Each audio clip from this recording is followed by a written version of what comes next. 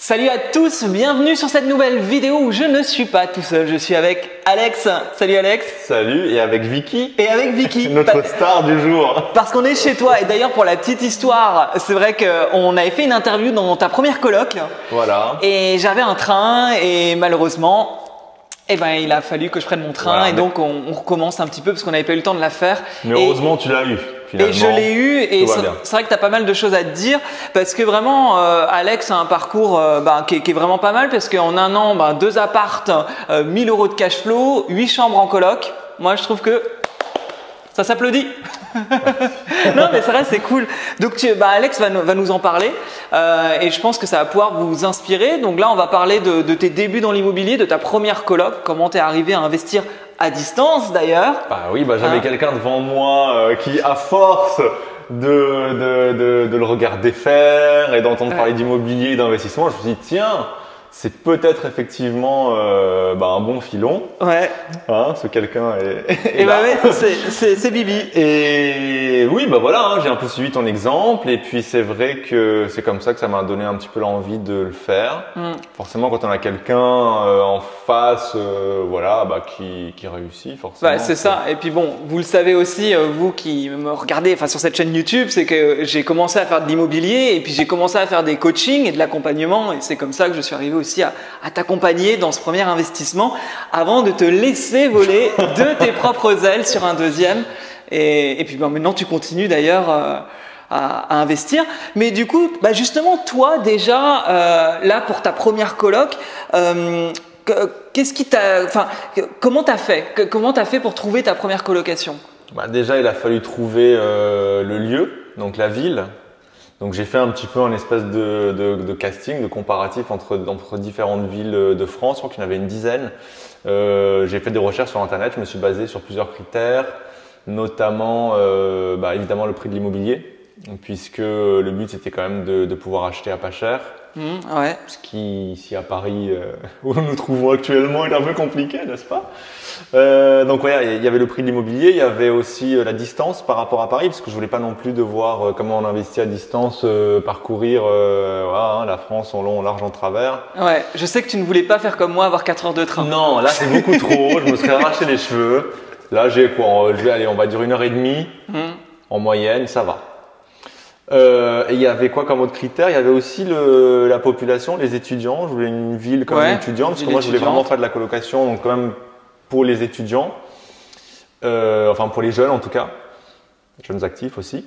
Et donc j'ai fait on va dire une sélection avec une dizaine de villes, et puis il est resté un top 3. Et puis j'ai fait ensuite des simulations dans chacune de ces 3 villes en mettant des fausses annonces, on peut le dire, sur le bon coin, pour voir si ça mord quoi. Donc des fausses annonces de comment allait être la coloc que je voulais faire. Et au final, j'ai choisi. Ça m'a plutôt rassuré parce qu'au final, ça a mordu dans les 3, mais j'avais une petite préférence. J'ai choisi ça, et ça, c'était le premier pas. Et je me souviens d'ailleurs, et c'est ça qui est génial, c'est que tu étais très organisé, même assez scolaire. Mais j'ai fait un tableau avec des Excel, couleurs, avec des couleurs, avec des trucs. J'ai un vrai casting. Et ça marchait bien. Et vraiment, j'ai remarqué que t'as pas trop hésité. T'as vite choisi ta ville, t'as vite vu quels étaient les avantages et les inconvénients. Une fois que tu mets tous les paramètres et tu vois qu'il y en a une qui réunit, on va dire, celle qui réunit à peu près tous, voire tous, la question est vite répondue. Alors, Vicky. C'est copyright, c'est pour ça, on n'a pas le droit de le dire. Voilà. Donc, et t'as trouvé cette première ville et t'es allé rapidement faire les visites. Et voilà, rapidement, ensuite j'ai cherché des annonces. Ouais. Pareil que pour les villes, j'en ai sélectionné 5. C'est vrai que c'était méthodique. Il y avait un peu de tout. Il y avait vraiment le truc où c'était vraiment un grenier, c'était un truc en décomposition totale, il fallait tout refaire. Là, c'était un peu too much. Il y avait des appartes un petit peu de mamie en succession. Puis il y avait des choses un petit peu plus, un peu en meilleur état. Et en fait, j'ai tout visité dans la journée. Ouais. Il y avait différents budgets aussi, les 5 visites, voilà. Ouais. Et j'ai découvert la ville en visitant les apparts, je me suis fait mon petit circuit. Ouais. Et à la fin de la journée, pareil, j'ai un peu pesé le pour et le contre. Et puis au final, j'ai choisi celui qui me correspondait plus. Ça, c'est pareil, c'est par rapport à la distance du centre, en tout cas de où est-ce que vous voulez investir, par rapport au prix, par rapport à la superficie. Il fallait qu'il y ait 3 chambres minimum, parce que je voulais faire une coloc de 3 chambres. Et voilà, une fois qu'on met tous les ingrédients, y en a un qui a gagné. Et c'était le moins cher, donc ça m'a arrangé. Mais au final, en tout cas, c'était le moins cher du mètre carré. Et puis, voilà. Alex relève le fait d'avoir 3 chambres. C'est vrai que souvent, si vous faites une colocation, 2 chambres, on n'est pas vraiment rentable. Hein. Non. Et 3 chambres, on commence à toucher à la rentabilité. Voilà. Mais après, 4 chambres. Et 4 chambres. Parce que j'en ai vu des 4 chambres aussi, mais là, le prix est plus élevé. Ouais. Les charges aussi, la taxe foncière aussi, quand vous mettez tout dans la machine. Ouais, tu as fait tes calculs en tout cas et tu as pesé le pour et le contre. Voilà, parce qu'il y a ça aussi. Il y a quel appart aussi a le meilleur cash flow une fois que vous avez fini ce que vous voulez faire. Ouais. Et là, au final, le 4 chambres, c'était un peu trop risqué, c'était plus cher, c'était plus. Tu vois, donc ce premier appart, on voit les photos d'ailleurs qui apparaissent, il y avait de quoi faire, hein, il y avait vraiment du boulot, il n'était pas dégueu, c'est ça. Mais de toute façon, à partir du moment où on fait une rénovation, moi je cherche quand même des apparts aussi en mauvais état parce que je sais que je vais tout refaire. Donc ça sert à rien de prendre un truc qui est bien. Ouais. À part le sol, qu'on peut voir dans les images, tout le reste, que j'ai quand même un petit peu reverni, relissé. Oui, le parquet. Mais sinon tout le reste, tout a été refait, quoi. Sachant que t'avais combien de mètres carrés sur celui-là? 70. 70, donc 3 chambres. Et combien il coûtait à la base avant négociation? Alors à la base, il coûtait 61 000 euros, 61 500. Et je l'ai négocié à 56 000. Ouais. Je lui ai proposé 5 000 à l'agent immobilier, 50 000. Elle m'a ri au nez, mais au final, on a coupé la poire en deux, donc 56 000. Ouais, et je me souviens que t'étais à fond sur je négocie. Et c'est vrai que même moi, je disais à Alex, mais il coûte rien l'appart pour 70 mètres carrés, plutôt bien placé dans la ville. Je dis, il ne coûte rien. Et puis Alex, il était là, non, mais je peux faire plus, et je vais demander 50. Et j'étais là, mais c'est un 70 mètres carrés, pas trop mal placé, j'ai toujours peur que l'appartement passe sous le nez des personnes à trop vouloir négocier. Et toi, t'y allais un peu au culot. Non, mais jusqu'à ce que je sente qu'il n'y a plus de marge de négociation, quoi. Ouais. Bon, de toute façon, si vous sentez, si on vous dit non, après vous revenez sur la dernière proposition, puis voilà, c'est pas. Ouais, totalement. Donc du coup, c'est passé à 55 000. Donc c'est passé à 56 000. 56 000. Et voilà, et après il a fallu faire un devis de travaux. Voilà, ce qui était Mais il faut dire avant que quand même le grand atout, et ça je me rends compte aujourd'hui de cet appartement, contrairement à d'autres, c'est qu'il a une terrasse aussi. Oui. Qui est privative, évidemment, qui n'était pas du tout aménagée. Et il y a quand même un passage devant la terrasse. Donc, c'est pas la rue, c'est, on va dire, juste les gens qui habitent la cage d'escalier d'à côté. D'à côté, ouais, c'est vraiment les voisins, on va dire. Donc, ça aurait pu être gênant peut-être pour, une résidence principale, peut-être. Mais franchement, pour une coloc, les gens s'en foutent. Visiblement en tout cas, et c'est quand même un super avantage d'avoir une terrasse pour ce genre d'appart, parce qu'en ville, une grande terrasse comme ça, c'est quand même rare. Ouais, totalement. Ce qui était une plus-value finalement sur l'appartement, t'as quand même 70 mètres carrés plus une grande terrasse pour une colocation. Je pense, 20 mètres carrés de terrasse. Donc bon. Ouais, comme on le voit sur la photo. Voilà. Parce que c'est vrai que c'est une jeu pour le coup. C'est une plus-value pour cet appartement. Voilà. Toi, quand tu as visité l'appartement, tu connaissais rien en travaux, hein, clairement. Donc, tu as fait un peu ce que je t'avais conseillé, de rencontrer des artisans, c'est-à-dire aussi bien le maître d'œuvre que le petit artisan. Oui, voilà. Et tu as passé un casting. J'ai fait un casting, comme j'aime bien faire, hein, comme pour les appartements pour la ville. Je sais pas si je l'ai dit, mais en fait, avec Alex, on se connaissait, on l'a compris, je pense, dans la vidéo, mais on se connaissait d'avant, et c'est en me voyant faire qu'il a commencé à vouloir le faire, mais donc on se connaissait avant, donc je sais globalement où tu te situes en termes de travaux et de connaissances à ce niveau-là. Voilà, donc un casting avec effectivement différents types d'artisans, de l'indépendant, qui fait tout lui-même, à, on va dire, la société qui a un maître d'œuvre, etc. Donc un peu tous les degrés, et puis tous les degrés aussi de prix, pour le coup. Et pareil, je leur ai donné le rendez-vous, je crois que j'en avais 4 ou 5 le même jour. Ils se sont succédés. Et voilà, c'est comme ça que je me suis fait mon impression. sur plusieurs points. Donc déjà le devis qu'ils allaient, enfin qu'est-ce qu'eux ils voulaient faire dans l'appartement, enfin comment ils voyaient la chose, parce qu'il fallait quand même aménager la cuisine, enfin il y avait tout à faire quoi. Hein. Donc le devis qui voulait quand même dire pas mal de choses, parce qu'il y en a qui m'ont vraiment donné un, ben là il a oublié le devis, donc il est venu les mains dans les poches, donc bon. Ouais. Après c'est un peu difficile quoi, je veux dire oui bah là je ferais ça, bah ok mais enfin j'en sais rien moi. Bon. Il y en a un autre, il m'avait fait un devis mais c'était vraiment… Parce qu'ils avaient déjà visité l'appartement ouais, avec voilà, l'agent j'avais déjà immobilier. visité, je leur ai dit vous me faites un devis, vous me ramenez le devis tel jour. Ça c'est génial, t'es rentré à Paris, voilà. L'agence a géré les visites exactement, avec les artisans et donc t'as… ils ont fait leurs mesures, leurs trucs parce que sinon… Et ils m'ont présenté un peu le projet, voilà, ça coûtera tant et c'est ça le projet. Et donc là tout de suite je me suis rendu compte qu'on avait des devis très détaillés, des devis où il y avait juste 3 bribes, des absences de devis, pareil, des gens qui étaient à l'heure, des gens qui n'étaient pas à l'heure. Et puis bon après il y a aussi le feeling avec chacun quoi. Hein. Bon. Et puis c'est comme ça que j'ai pu choisir. Alors comme c'était mon premier… Tu voulais tirer les prix vers le bas. Voilà, j'ai peut-être pas eu tout de suite le bon réflexe où je me suis dit bon ben lui allez, le feeling passe bien, le devis est correct, c'était pas le plus détaillé, c'était pas le pire non plus, c'était un peu middle, les prix étaient quand même visiblement assez bas.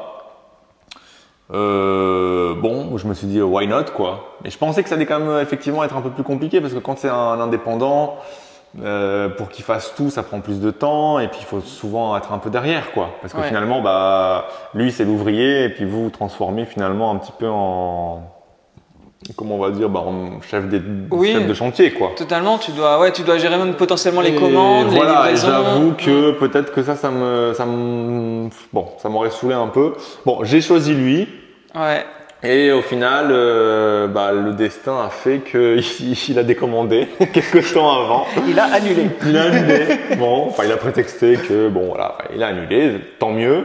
Au final, puisque pour le coup j'ai pu prendre le deuxième, qu'au début qui me paraissait vraiment un petit peu surfait, parce que finalement c'était un maître d'œuvre, c'était simplement quelqu'un qui dirigeait une équipe. Oh, tu m'avais dit, il avait le petit polo, les belles chaussures. Je me suis dit, le mec… Est-ce qu'il s'y connaît vraiment? Est-ce que c'est pas juste une façade? Voilà, puis qu'est-ce que je paye finalement? Est-ce que je paye juste un mec qui vient là pour se la raconter ou donner trois conseils et puis au final, je sais pas, c'est ça. Moi j'attendais à voir un artisan quand même avec les mains de l'artisan quoi, tu vois. Ouais. Et lui, bon… Et puis au final, c'est vrai que par contre, il était toujours à l'heure, c'est le seul qui répondait limite du tac au tac, qui était toujours joignable, le devis était impeccable, enfin tout était super quoi. Donc ça aurait dû quand même m'alerter sur le fait qu'il était sérieux. Et ce qui est très important quand on investit à distance, c'est aussi d'avoir quelqu'un qui en face va être au taquet, va répondre, va envoyer des photos, va être précis. Et c'était le deal aussi. Je dis, moi j'ai besoin de quelqu'un qui soit mes bras sur place et il faut qu'il gère plein de choses. Et effectivement, au final c'est ce qu'il a fait, parce que combien de fois il a géré plein de choses alors que j'aurais dû me taper un aller-retour juste pour… Oui. Bon. Et donc donc finalement on est parti avec lui et puis tout s'est très très bien passé dans le sens où il a tout géré de A à Z. Je me souviens que pour tes travaux ça a été comme une lettre à la poste. Comme une lettre à la poste. T'as rien fait, t'es à peine allé voir de temps en temps, mais quasi pas. Exactement, en fait. Même pas. Hein. Je lui ai donné les clés et puis on va dire que 3 mois après, t'avais ta coloc clé en main, nettoyée. Ce qui n'est pas le cas de tous les artisans, je sais de quoi je parle. C'était Valérie Damido. T'es arrivé et c'était waouh.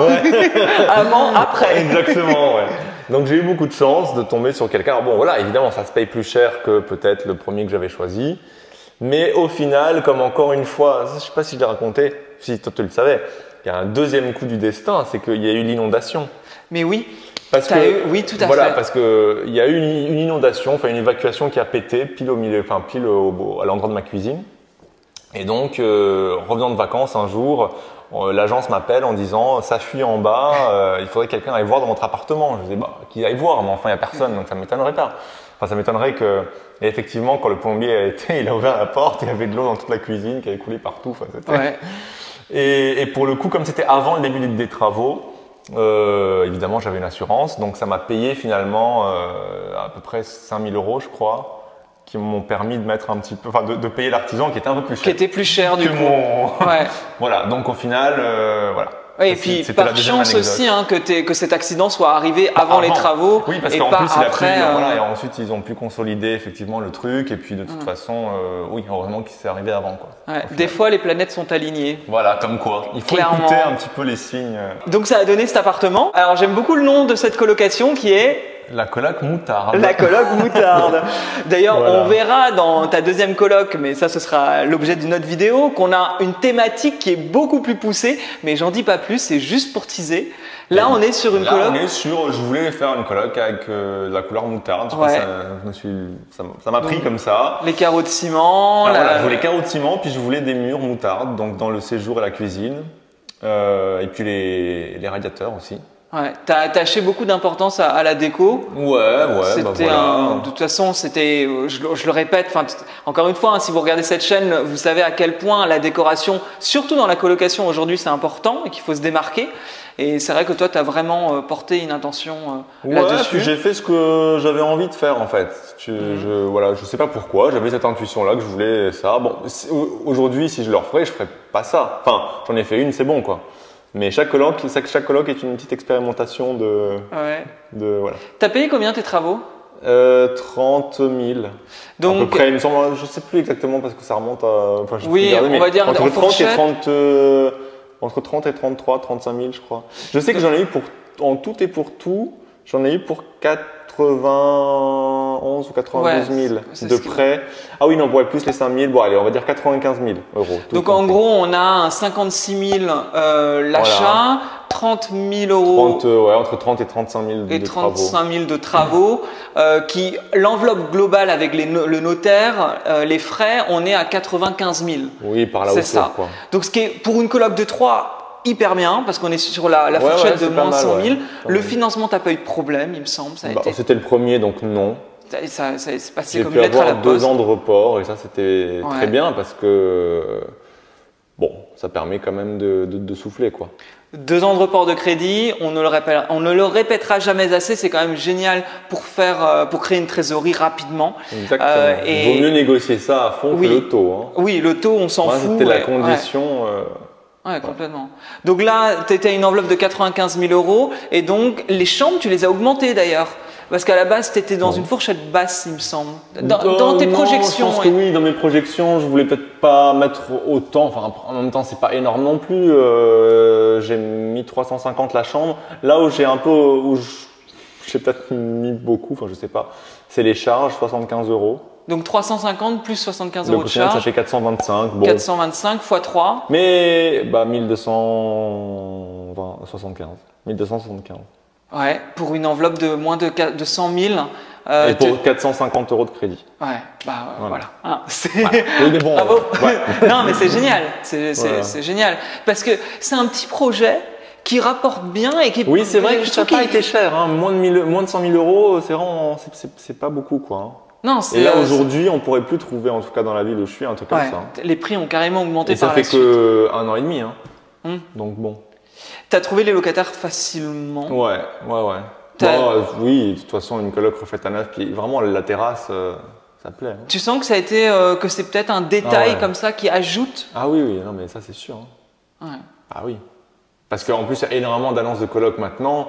Et puis quand on est que dans un appartement classique, voilà, avec parfois un balcon, on peut même pas mettre rien dessus. Enfin, bon, ce qui t'a permis de ne pas avoir de départ pendant le confinement. Au moins, eux, ils avaient une terrasse pour profiter de l'air libre, ce qui aide en temps de Covid.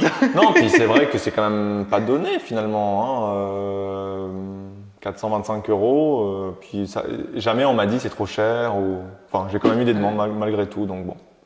Ouais, moi, je trouve que c'est un super projet et tu as réussi à avoir donc cette coloc qui est arrivée assez rapidement. Alors, s'il y a quand même quelque chose que j'ai envie de préciser, c'est que tu as choisi un locataire qui a quelques petits retards à payer. Alors, figure-toi que maintenant, il est dans les clous.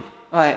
Et depuis qu'une autre locataire est arrivée et qui s'entendent comme cul et chemise, elle a dû avoir une très bonne influence sur lui parce qu'il paye limite le premier du mois maintenant. C'est incroyable. Oui. Alors qu'il m'a fait des coups où ils payaient en général entre le 15 et le 30. Hein. Ouais, je me souviens de ça. Bon, quand l'argent arrive le 21, 22, au bout d'un moment, vous vous dites, bon, mais je pense que c'est plus lui qui avait un peu de problème d'argent, parce que j'avoue que j'ai été, je suis assez cool sur les dossiers, quoi. Je vais plus au feeling. Au feeling, ouais, au ressenti. Franchement, il n'y a pas un bon dossier, hein, pas se mentir. Hein. Ouais, je me souviens. Bon, je l'ai pris au feeling et au final, je regrette pas parce que, bon, je lui ai donné sa chance. Du coup, pour ce premier appartement, tu as combien de cash flow? Du coup, j'en suis à 400 €. Ouais. Mais ça, c'est vraiment une fois que je compte aussi tout ce qui est charges, taxes foncières, enfin tout, quoi. Hein. Ouais. Voilà. Donc 400 € pour une, pour un investissement de 100 000, ouais, même pas. Ce qui est vraiment top. Et d'ailleurs, tu as enchaîné puisque tu as acheté un deuxième appart, mais on va pas trop en dire parce que on va tourner une vidéo dans cet appartement. On va y aller d'ailleurs. On va y aller voilà. Et ce sera, la décoration est complètement dingue, ce qui fait que ce sera c'est ton deuxième appart en un an et ça te fait 1 000 € de cash flow avec 8 chambres parce que vous allez voir, c'est une coloc 5 chambres avec une déco. Non, c'est une coloc 5 étoiles.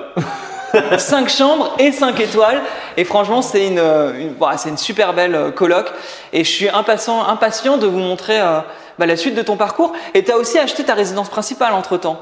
Ça c'était avant, mais c'était avant la première coloc. Mais bon, oui. L'appart où on se trouve d'ailleurs qui est absolument magnifique. Et c'est ça qui est top aussi, c'est que tu as quand même acheté un premier investissement.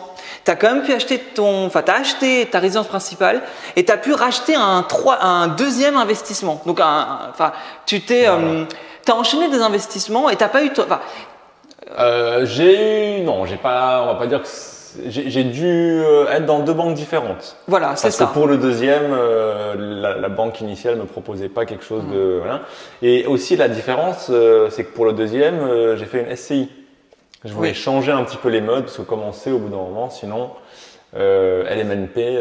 Voilà, tu dépassais et tu te retrouvais LMP. Donc tu as préféré anticiper de base par rapport à ta situation et je répète bien par rapport à la situation d'Alex parce que évidemment ça dépend si si vous investissez en couple selon vos revenus aussi et tout ça change en termes de LMNP, LMP et si on passe en SCI. Donc toi tu as fait ce choix-là par rapport à ta situation. Merci en tout cas pour cet accueil chez toi. Et je l'ai pas dit d'ailleurs au début, mais n'oubliez pas de vous abonner à ma chaîne YouTube. Et j'ai un masterclass sur la colocation, comment investir dans une colocation à distance. Il y a le lien qui est juste en dessous de la vidéo. Bon. Tu dis au revoir Vicky. On dit à bientôt et puis on se revoit potentiellement la semaine prochaine dans notre coloc. Ça marche. Salut. Salut.